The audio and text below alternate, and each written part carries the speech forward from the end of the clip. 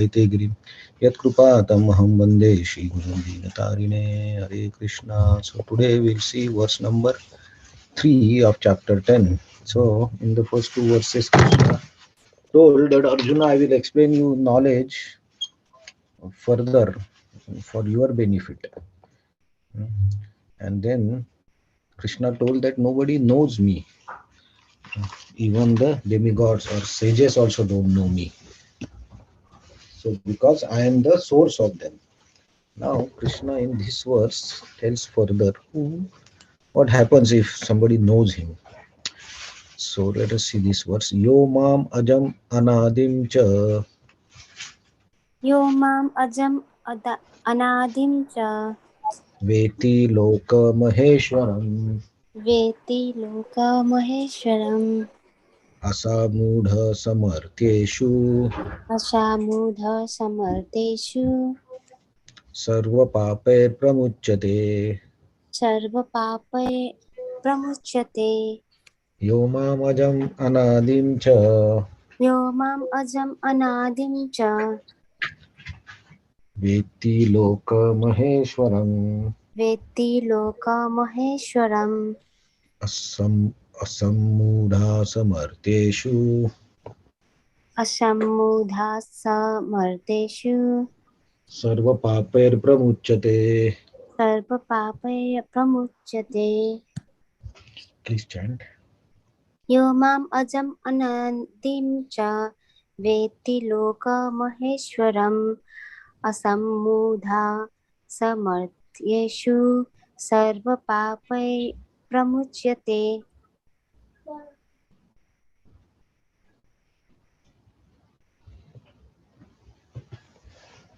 Okay.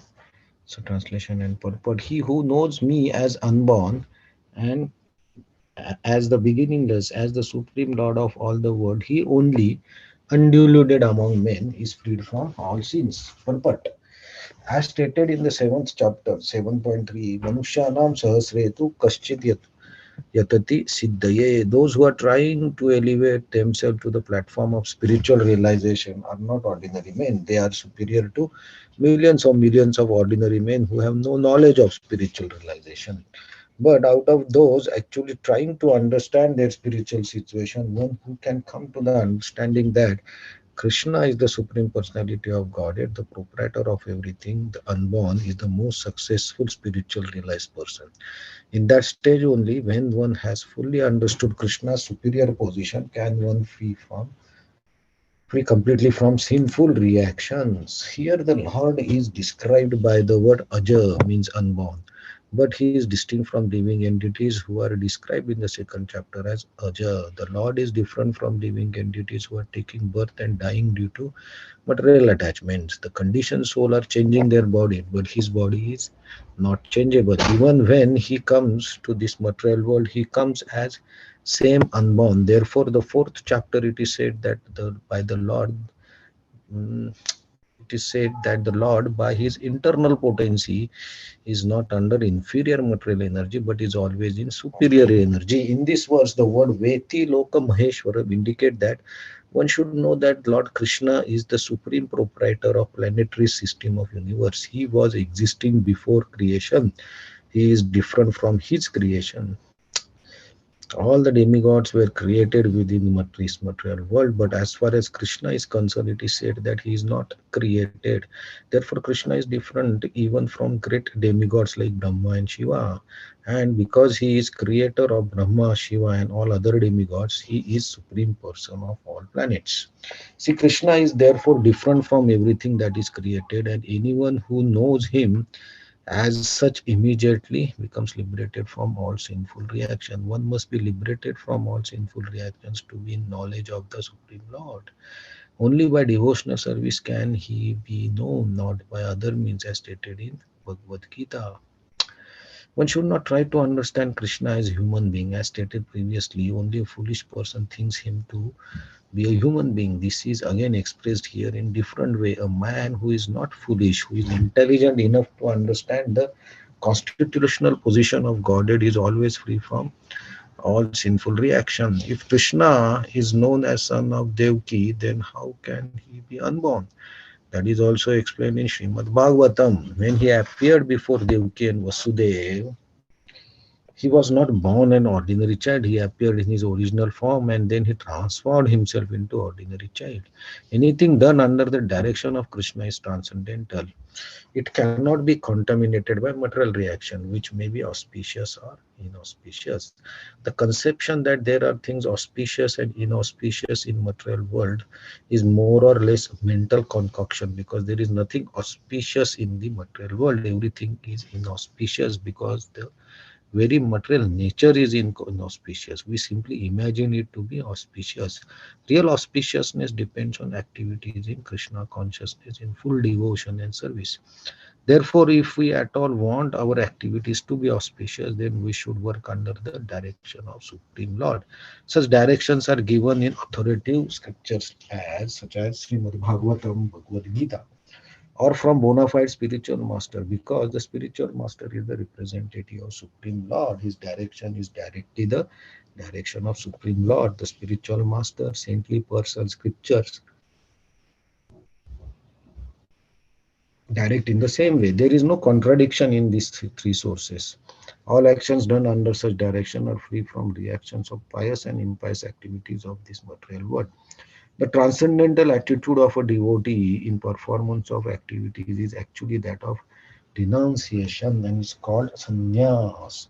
As stated in the first verse of sixth chapter of Bhagavad Gita, one who acts as a matter of duty because he has been ordered to do so by the Supreme Lord, and one who does not seek shelter in fruits of his activities. Anashrita karma phalam is true renouncer.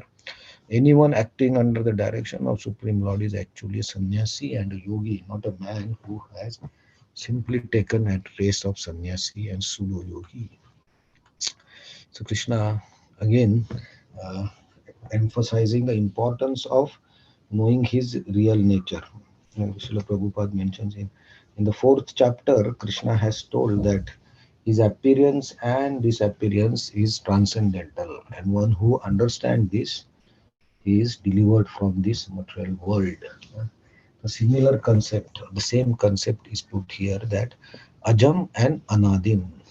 Ajam means not born, Anadim means eternal.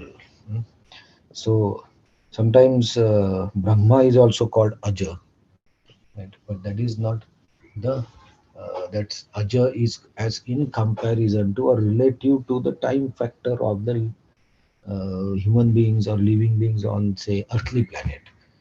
From our point of view, Brahma's life becomes eternal. It's look like he's eternally existing because his life is so long. But his life also has end. But Krishna's life is no end. So somebody may say, but Krishna takes birth as um, son of Devki. What about that? So Srila Prabhupada mentions that we see in Bhagavatam that when Krishna appeared as son of Devki, he appeared in his four-armed form, and with all the ornaments and everything, with his four weapons, everything he was there. So this is not ordinary birth. So Krishna came in his own original form, right? So that's why Krishna's birth is also transcendental. It's not like normal person's birth who take die and then we change the body, right? When we die, we change the body. We get birth in another body based upon our karma. But Krishna's birth is not like that. He comes in his own form. Mm. And he will take birth when he wants. He will come when he wants, right? But for our case, we have to take go through the cycle of birth and death as per the law of nature, right? So that's the difference. So Krishna is Aja and Anadim. So those, and he is also the master of Lokam Heshwaram. He is master of all the Loka. So Brahma may be the second creator in the universe, and he may be managing the universe, one universe. But Krishna is the master of unlimited number of universes. So everything that exists, he is the supreme master. Asa mudha samarteshu. So that mudha means foolish, right? We know. So amudha means not foolish. So person or a living being who knows this, he gets free from all the papai pramuchyate. So the person who will understand this is actually situated in the transcendental position that uh, Krishna's transcendental birth can be understood as per Krishna's um, promise in the, or as Krishna mentions in the fourth chapter. So he gets free from papa or sin. So Srila Prabhupada gives very interesting point in the last paragraph of auspicious and inauspicious things, right? So, for example, dream, right? When we get dream in the night, sometimes the dream is good, sometimes the dream is bad. Okay, but in any case, when we wake up, the things in the dream or the dream itself does not exist because it's a dream. So even if it is a good dream or bad dream, it is a dream and we have to forget it. So similarly, our situation is that we have forgotten our real identity. So when we don't know our real identity, we are as good as we are sleeping. Like in the dream, we forget who we are. So we may take form of a person or maybe animal or anything, or we may be in this body in the same figure, but doing something that we have never done. Right. So that's why the dreams are not real. They are dreams and we have to forget it. So similarly, our situation, we have forgotten our relationship with Krishna, and so we are in dream. Anyway, so in dream, what is auspicious, what is inauspicious? Everything is dream. And so from that angle, this material world, when we are not in our real position or our knowledge,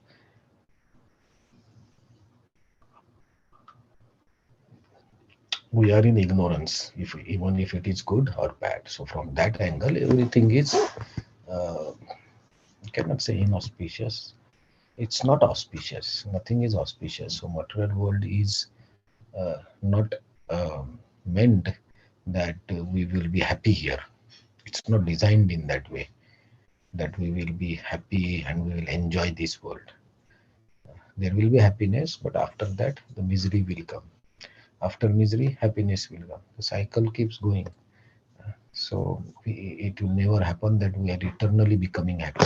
It can only become when you have proper consciousness and knowledge and you are in devotional service, then you will be happy. So now Krishna, in the first shloka, he told, "I will tell you knowledge." The second, he told that maybe Krishna, Arjun, anybody will ask like, "What is this further knowledge?" And everybody knows you, you are your position. But then Krishna tells, "No, demigod also don't know me, sages also don't know me, and those who know me as eternal and without birth, actually they are liberated." So now Krishna will tell about the real knowledge that he wants to tell. So whatever existing, Sarva Loka Maheshwaram. So when he says that whatever exists, I am the supreme master of that. So now Krishna will start explaining this term in series of verses where he explains how he is the cause of everything. So next two verses are actually the qualities that are we see in this material world. So we'll see one by one quality or couple of qualities in one day because it's a long purport and I think it's important to understand those qualities. So that we'll see from tomorrow. Hare Krishna. Thank you very much. Sorry, I was a bit late to start today. So any comments or any additions or reflections?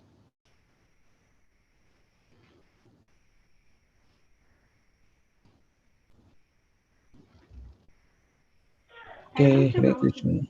Hare Krishna.